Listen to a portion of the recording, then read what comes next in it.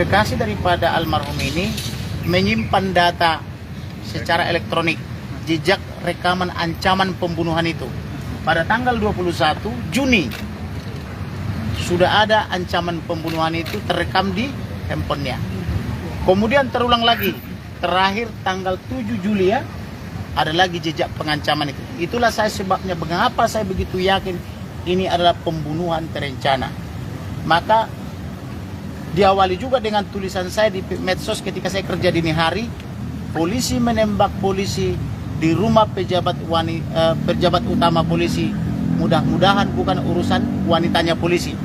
Nggak sampai 5 menit langsung dikomentari saksi Sangga Sianturi. Kemudian besoknya langsung dihubungkan dengan ibunda daripada almarhum. Kata-kata daripada ibunda almarhum yang masih terngiang-ngiang di telinga saya sampai detik ini. Kami ini dimusuhi gara-gara pejabat jenderal polisi mengatakan ini aib polisi dan aib keluarga. Sehingga orang semua menjauh ke kami katanya. Hanya itulah maksudnya saya yang diutus oleh Tuhan untuk membela dan melindungi kami. Maka saat itu saya katakan, saya akan perjuangkan, tidak akan saya biarkan dia lari, akan saya buru siapapun dia. Itu ini mengatakan kami ini orang yang tidak berpunya. Saya belum kenal secara pribadi, hanya lihat telepon. Saya katakan percayalah kepada Tuhan, tidak akan kita biarkan dia lolos dan tidak akan biarkan kepastian hukum, keadilan dan kemanfaatannya tidak tercapai hanya gara-gara uang. Semua uang bisa kita perjuangkan, tetapi nyawa orang yang sudah hilang tidak mungkin bisa kembali lagi. Oleh karena itu, siapapun dia, sebesar apapun, sehebat apapun dia, saya akan buru. Begitulah kira-kira janji saya, dan janji saya itu sudah terpenuhi. Jadi saya tidak wan prestasi. Dengan P21 berkas ini, kami telah melakukan prestasi kami sebagai penegak hukum, yaitu penasihat hukum daripada keluarga Huta Barat ya. Nah, jadi tidak ada lagi hutang kami. Nah, kemudian mereka juga sudah memberikan beberapa kuasa. Ada 5-6 surat kuasa yang dikasih ke kami. Kenapa? Karena mereka terus menyebar hoax. Sementara laporan mereka sudah SP3, yaitu laporan tentang pembunuhan terencana 338 Junto 53 yang dilaporkan oleh model A atas nama Bribtu Martin Gabe, suruhan daripada Ferdy Sambo. Itu sudah SP3. Kami lawan terus. Kemudian laporan Putri yang dia mengaku diperkosa dan atau istilahnya dicemok-cemok ya. Apa namanya itu? Apa namanya itu? Diraba-raba katanya dengan digunakan senjata. Itu sudah SP3 istilahnya itu. Nah, kemudian karena tidak terbukti di Duren 3, dia bukannya pindah ke Duren 5 tapi langsung loncat antar kota, antar provinsi atau akap, yaitu dari Duren 3 Jakarta Selatan pindah ke Magelang tanggal 4. Saya dan tim saya bekerja keras lagi. Kita cari semua percakapan tanggal 4. Ternyata tanggal 4 Bu Putri atau istri Ferdy Sambo memuja-muja atau memuji-muji almarhum sebagai pria yang luwes, yang tangkas, yang cekatan, yang baik, multi talent. Sampai bingung mau kasih gaji berapa. Wah, ini hebat benar kok ada orang habis diperkosa memuji pemerkosanya. Aneh toh? Karena terungkap itu percakapan, saya kasih juga ke media. Makanya saya sangat bangga dengan media. Karena saya kasih ke media dan di-share oleh media, malu dia. Nggak jadi deh di Duren 3, nggak jadi diperkosa juga di Magelang tanggal 7 deh katanya kan gitu. Ganti tanggal diperkosanya. Maka saya bongkar lagi peristiwa tanggal 7. Bahwa tanggal 7 diajak itu almarhum bicara 4 mata. Kok pasca diperkosa masih mau bicara 4 mata ya sampai 24 jam berdua-duaan. Nah, kemudian menginap di rumah yang sama tanggal 7 sampai tanggal 8. Wanita mana mau satu rumah dengan pria pemerkosanya? Padahal dia jenderal bintang 3 karena suaminya bintang 2. Harusnya yang benar dia langsung panggil Dirkrimum Polda Jawa Tengah atau panggil penyidik, tangkap ini. Bukan yang nginap lagi satu malam. Ini diperkosa atau bagaimana, kan menjadi tanda tanya sama kita ini. Sementara asisten rumah tangganya katanya mendengar desahan rintihan, menjerit atau mendesah. Nah, ini kan beda, menjerit dengan mendesah itu beda. Kalau orang kesakitan itu menjerit, kalau keenakan itu mendesah, kan begitu. Benar nggak? Ini yang mana sebenarnya terjadi? Ini keterlaluan rekayasa. Kemudian tanggal 8 dia itu dibawa atau dikawal oleh almarhum dari Magelang ke Jakarta. Maka saya katakan rasanya tukang becak pun nggak sudi memberikan istrinya dikawal oleh pemerkosanya. Loh ini kok Jenderal Kadipropam membiarkan istrinya dikawal pemerkosanya? Ini nggak masuk logis, karena ada juga logika hukum. Ketika kami kuliah hukum dulu, ada namanya logika hukum, ada konstruksi hukum. Masa tidak jadi di Duren 3 pindah ke tanggal 4 di Magelang, nggak terbukti pindah ke tanggal 7, nggak terbukti pokoknya diperkosa deh. Kalau sudah ilmu pokoknya, bingung kita menganalisanya. Oleh karena itu, saya terima kasih sekali kepada semua media yang sudah membuat terang masalah ini. Kami hanya memberikan rilis aja atau keterangan pers, tetapi media sudah menganalisanya dengan sangat baik. Terima kasih. Ada lagi? Bang Komarudin, Bang, terkait kuasa media di Bagaimana? Tiga Hotel. Ketua Komjak minta agar JPU Ini ditempatkan ada itu saya Hasian. Ketua Komisi Kejaksaan, Ya. Dr. Barita, Ya. Simanjuntak juga itu, Ya. meminta. JPU agar ditempatkan di Sepos. Bagaimana tanggapan Anda? Memang betul, kalau bisa JPU ini diamankan supaya steril.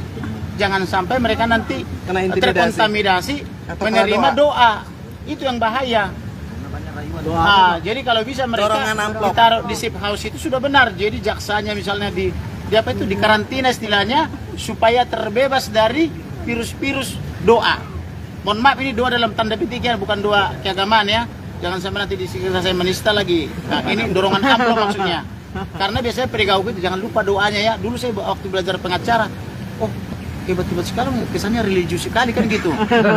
Lama-lama karena saya nggak kasih dorongan amplop, abang nggak ngerti-ngerti. Doa itu maksudnya dorongan amplop katanya. Wah ini bahaya nih, penegakan hukum disertai doa kan gitu. Bang Bang kemarin kan Komarudin tim terkait kuasa kuasa hukum hukum sempat ya? Bang Bang Komarudin. kemarin kan tim kuasa hukum sempat bilang bahwa Sambo dan Ibu PC itu bakal buka-bukaan di persidangan dan kemungkinan bakal Dia salah. Kalau buka-bukaan di persidangan udah terlambat. Kalau mau buka-bukaan dari kemarin, supaya saya bantu apa itu restoratif justice. Kalau dia misalnya begini nih, maaf ya, saya kilap, saya telah melakukan pembunuhan terencana karena saya curiga dia akan menyebarkan aib saya, misalnya gitu ya. Tapi saya menyesal dan saya sadar dan bertobat. Tolong masyarakat Indonesia saya diampuni. Tolong semua media ampuni saya. Kan perasaan kita jadi beda. Maka tugas saya menjadi mediator. Baiklah, Tuhan mengajarkan kita untuk Memaafkan. mengampuni dan memaafkan. Ampunilah kesalahan dia. Kan jadi beda.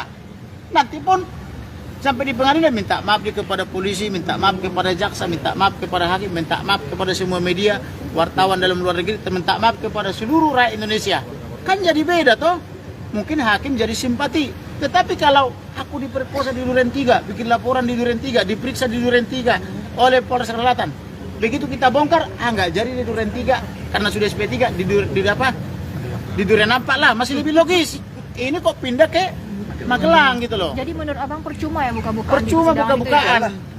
itu ya? Tetapi